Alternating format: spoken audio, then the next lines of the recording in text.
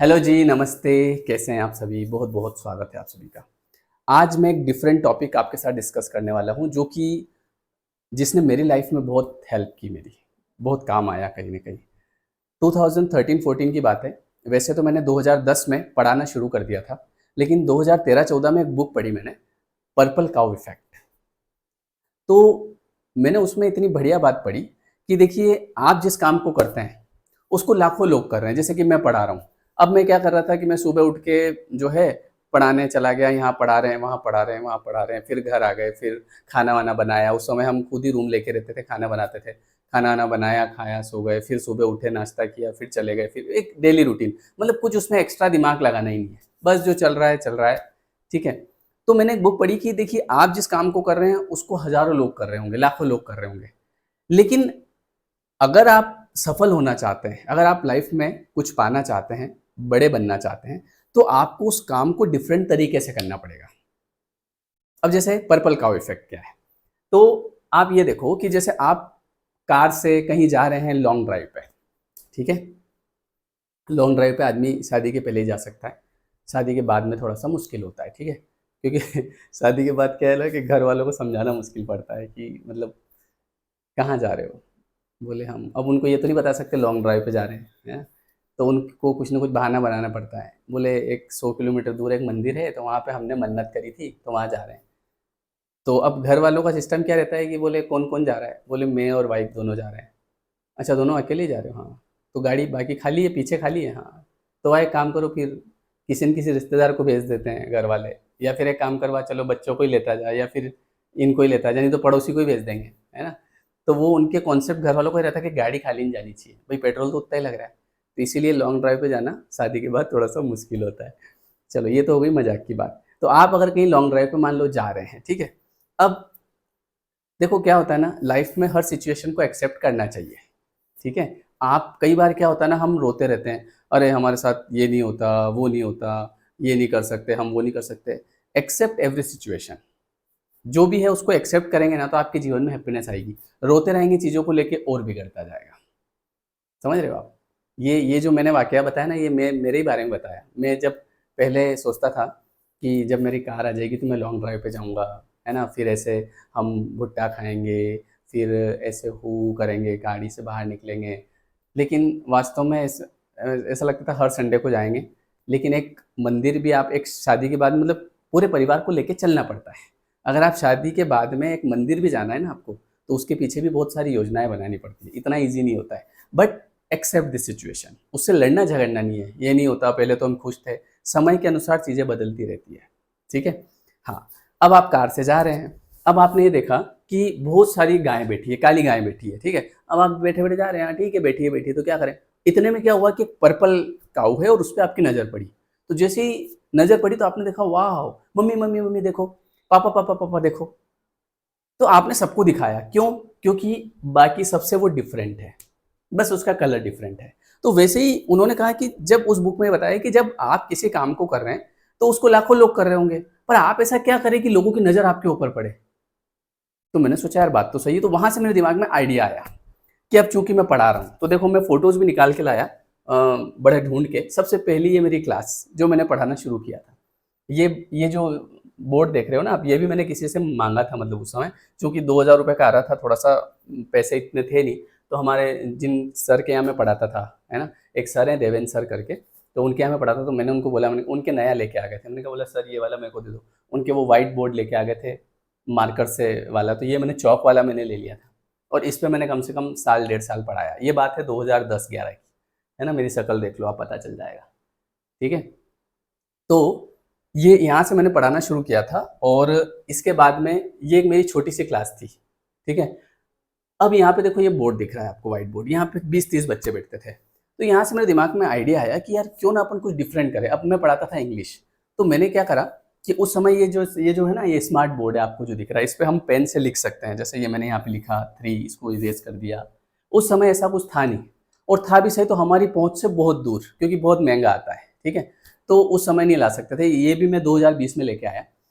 तो मैंने सोचा यार ऐसा क्या करें, तो मैं टीवी लेके आया, ठीक है? एक 50 इंच की थोड़ी बड़ी टीवी, और उसको लाके मैंने फिर क्या किया कि जो मेरे पास एक कंप्यूटर रखा हुआ था, तो उससे मैंने कुछ इमेजेस बनाने शुरू की। जैसे मैं इंग्लिश पढ़ा रहा हूँ, तो मैं वोकैब पढ़ा रहा हूँ बच्चों को, है ना, कि देखो ये बोल्ड का मतलब साहसी होता है, डेयरिंग, ये सब चीज़ें। तो मैंने उसमें क्या करा, एक इमेज ऐड करी और उस सीन मूवी से रिलेट करके उसको बताया कि देखो उसमें गदर में सनी देओल होता है जो बहुत ही करेजियस होता है, उसके अंदर करेज होता है, और थोड़ा सा एक्सप्लेन किया।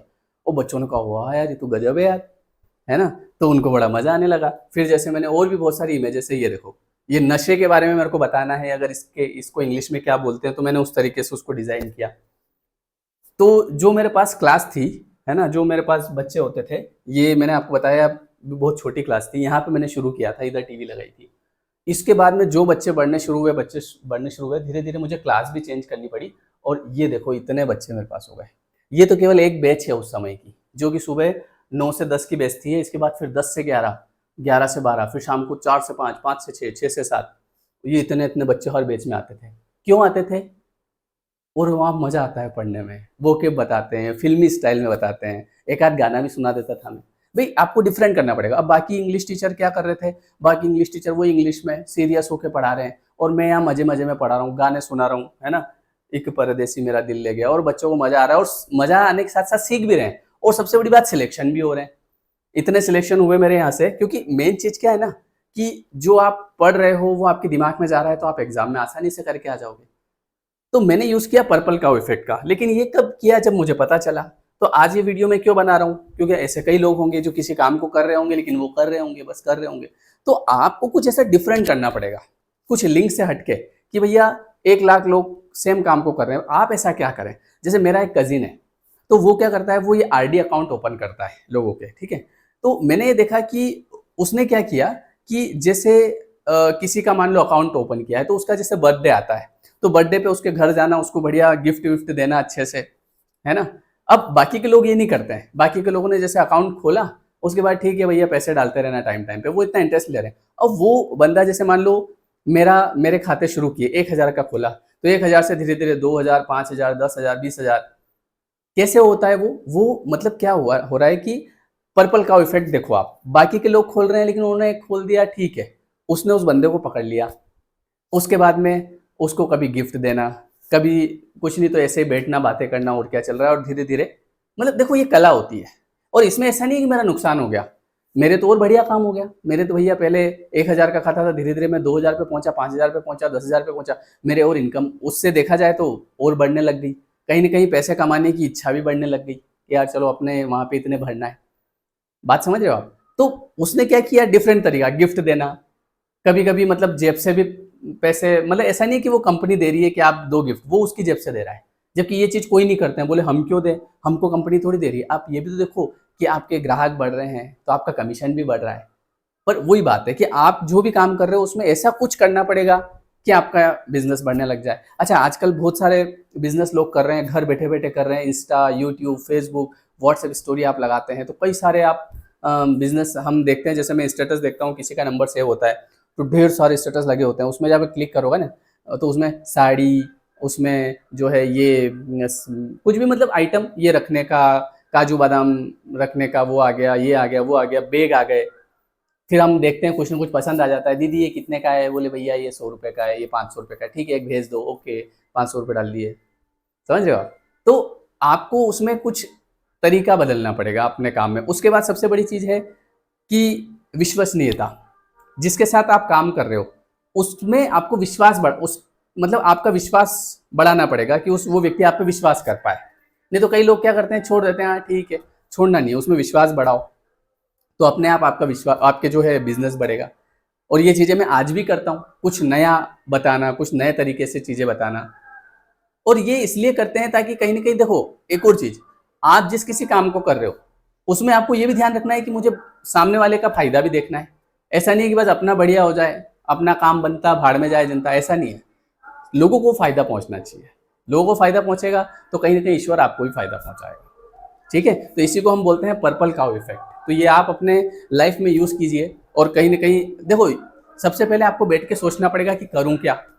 और कुछ ना कुछ आइडिया आपको ज़रूर मिल जाएगा। क्योंकि अब आपका क्या काम है उस हिसाब से आपको देखना पड़ेगा। ठीक है? तो वीडियो कैसा लगा कमेंट करके ज़रूर बताइएगा। और अभी जो हमारा नया कोर्स है वो हम शुरू करने वाले हैं 15 तारीख से।